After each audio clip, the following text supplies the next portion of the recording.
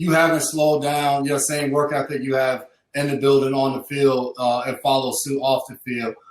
You got a chance to go back to UPenn and teach a financial literacy class. How was that? How did it come about? And do you do your own portfolio and all of that when it comes to finances? Yeah. So I do my own portfolio. I've started venture investing, so trying to get in companies prior to them going public. So I do try to find deals and ways into companies like that. But I'd say so the University of Pennsylvania, obviously that's my alma mater. Years ago, I'm into real estate, and years ago, I guess going on 5 years now, maybe 6 years now, we were doing a drive around Detroit. That was where I first started doing real estate because I could keep my eyes on it being there. And, we're driving around trying to look at where's the next area to pop me and a few players. And one of them says, man, I wish in college we had a class talking about how to buy a house and budgeting and credit and all that type of stuff. Man, they should have had that class for athletes. And I'm like, well, it's not just for athletes. Like my mom uses that. I use that. Everybody can use that. Right. And so that's what kind of got the wheel spinning. And then basically, work to try to I didn't realize how much of a political process it is at a school to get a class started that to me seemed like a complete no-brainer.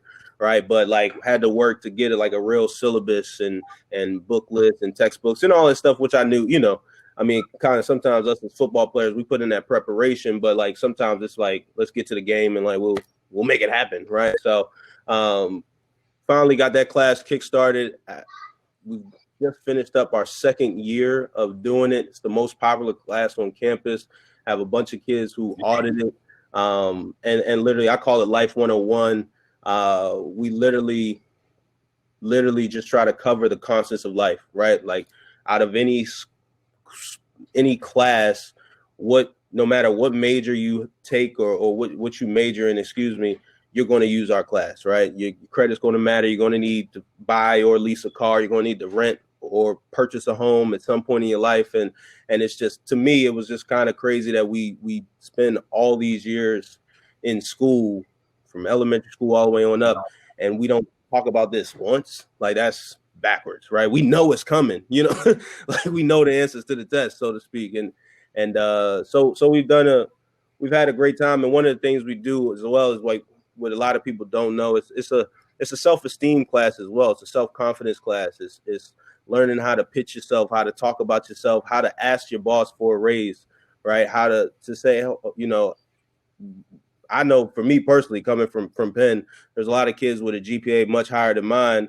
However, I could still go into an interview room and tell you why I deserve the job over that person, right? And just being articulate.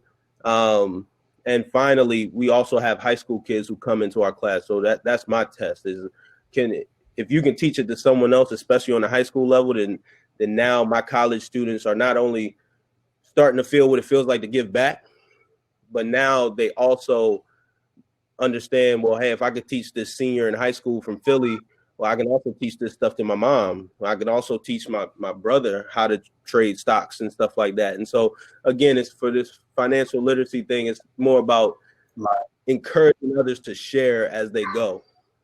That's good.